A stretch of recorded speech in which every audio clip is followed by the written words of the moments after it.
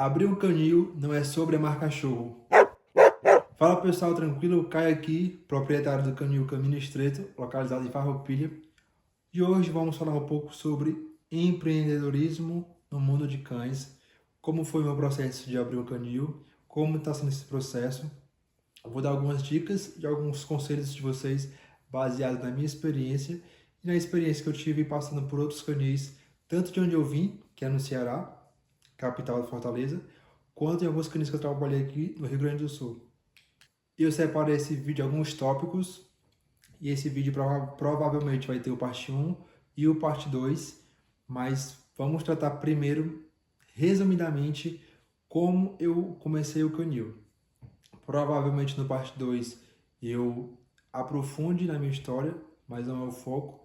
Mas resumidamente, como é que foi a minha história? Já há mais de 5 anos que eu trabalho com cachorro, certo? Comecei a trabalhar com cachorro lá em Fortaleza. Fiz um curso online, comecei com um curso online. Depois fiz alguns cursos presenciais. Depois de algum tempo comecei a trabalhar na área já.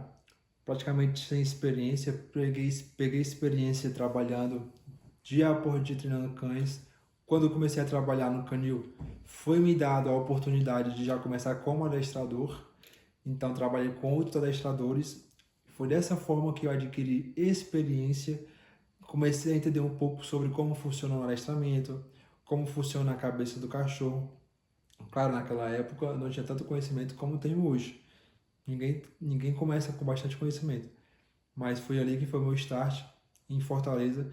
Em Fortaleza passei por 2 canis, um não remunerado. Eu fui só por ter experiência. Trabalhei com uma pessoa lá que que é bastante conhecido em Fortaleza, Barra Eusébio.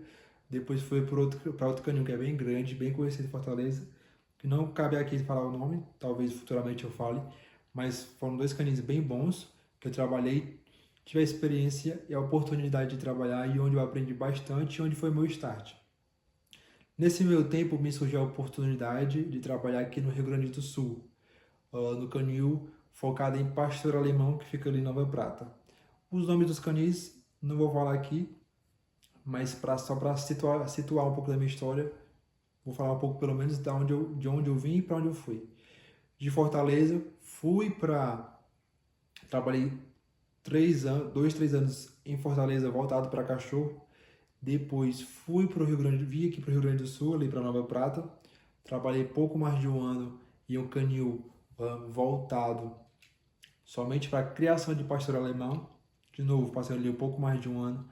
Ali eu comecei a entender muito mais sobre cachorro, sobre uma parte da obediência do cachorro que é mais voltado para, como posso dizer, mais voltado para alta performance, mais voltado para uma obediência avançada.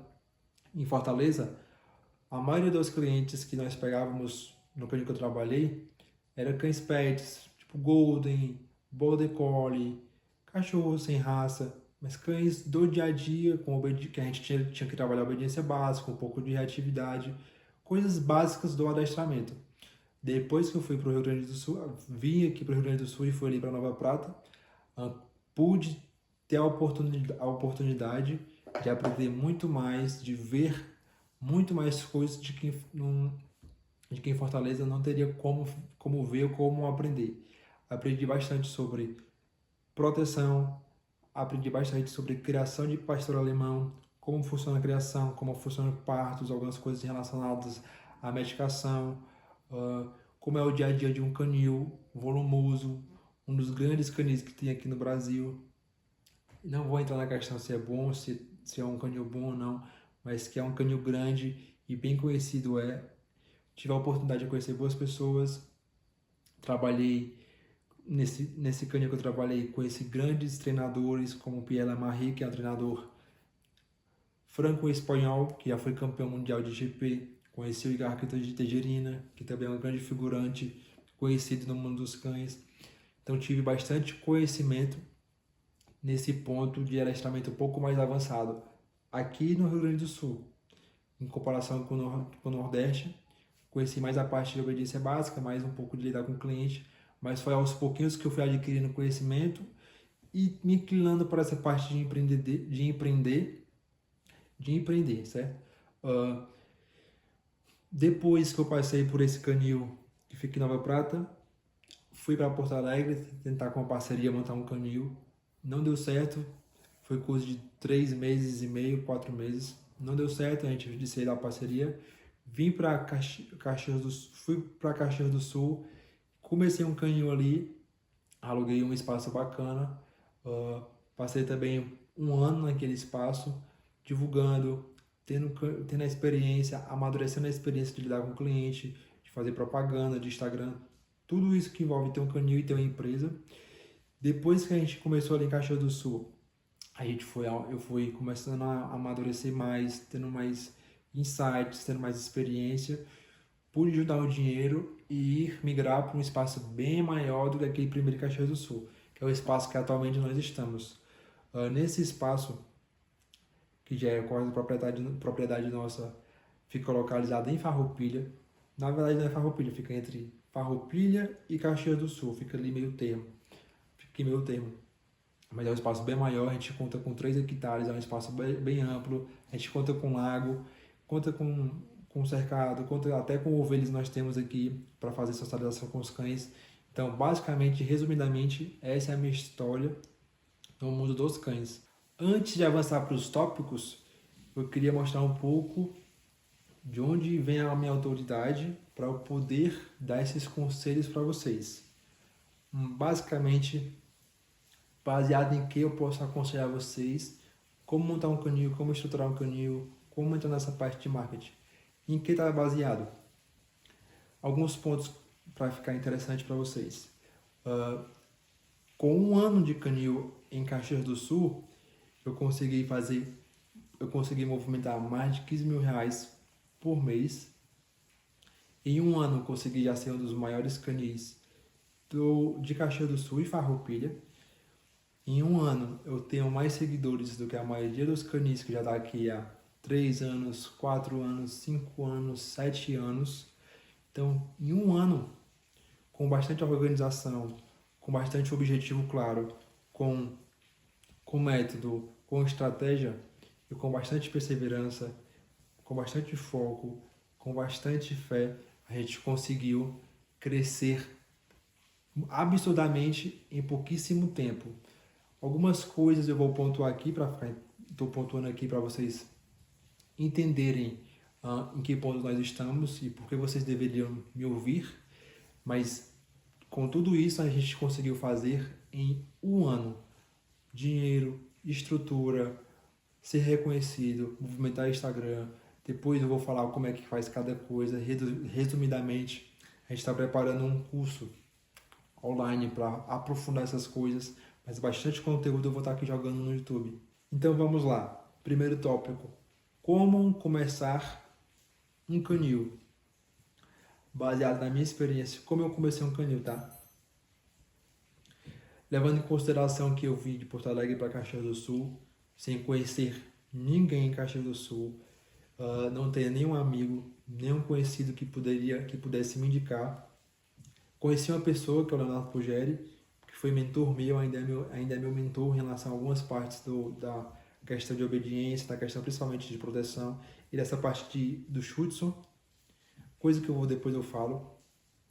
Mas comecei do zero em Caxias do Sul, sem Instagram do zero, clientes do zero, tudo que você for imaginar foi do zero. A única coisa que eu tinha era 10 mil reais. Tinha um pouco mais, mas foram 10 mil reais que foram utilizados, voltados pro canil, certo? O que eu fiz? A primeira coisa que eu fiz foi pesquisar um local onde eu pudesse abarcar os cães, para receber os cães e ter a opção de adestramento interno, como também ter a opção de adestramento a domicílio. Nesse meio tempo, fiquei em algumas crises e fiquei em dúvida se realmente eu montava um canil ou se eu trabalhava para alguém para conseguir me organizar e me estruturar. Teve um canil que me chamou para uma entrevista por recomendação do Leonardo. Eu dei uma proposta de um valor X, ele me deu uma proposta na metade do valor, um pouco mais. Não achei interessante e não aceitei a proposta.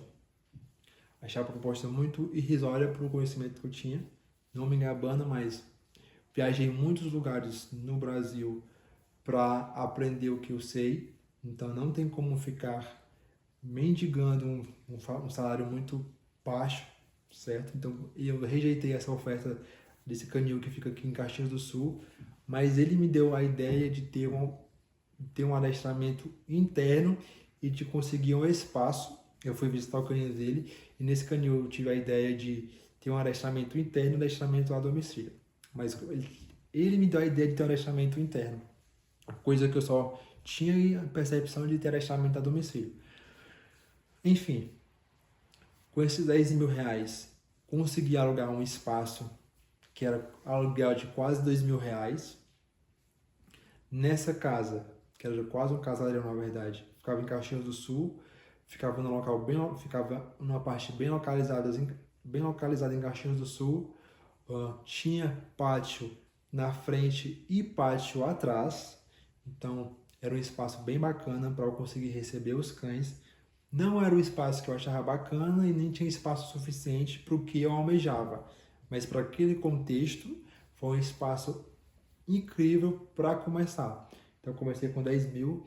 A primeira coisa que eu fiz foi alugar essa casa, que tinha espaço na frente e atrás para conseguir receber os cães, e abrir um Instagram e começar a anunciar o meu serviço. Nesse contexto, eu estava com um cachorro, o único cachorro que eu tinha era o Nix, que é o cão que eu ainda tenho em parceria com o Leonardo. O Nix deu Caminho Duro, que é um pastor alemão. Então, os únicos vídeos que eu produzia era o dia a dia com o Nix na rotina, dentro de caixa, como é que era a rotina dele na caixa, no dia a dia de passeio, como é que eu fazia. Nesse meu tempo, eu estava organizando marca, criando logo, criando uma estrutura e uma estratégia para me promover como empresa e como canil em Caxias do Sul. Então vamos para o segundo tópico. No segundo tópico a gente vai tratar o que é necessário para montar um canil. No primeiro tópico eu tratei de como comecei, de forma resumida. E nesse tópico a gente vai falar um pouco sobre o que é necessário. De novo, pessoal, baseado na minha experiência. Cada pessoa tem sua experiência e começou de uma forma diferente. Mas com o que eu comecei o meu canil? Vamos lá.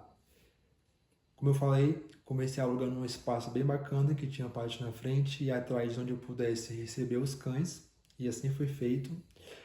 Mas tem alguns materiais e alguns itens necessários que você tem que ter para quando você for pensar em montar um canil. De preferência é bom montar um canil já tendo esses itens. No caso, eu comprei alguns itens no começo e fui comprando à medida que eu fui deixando os cães.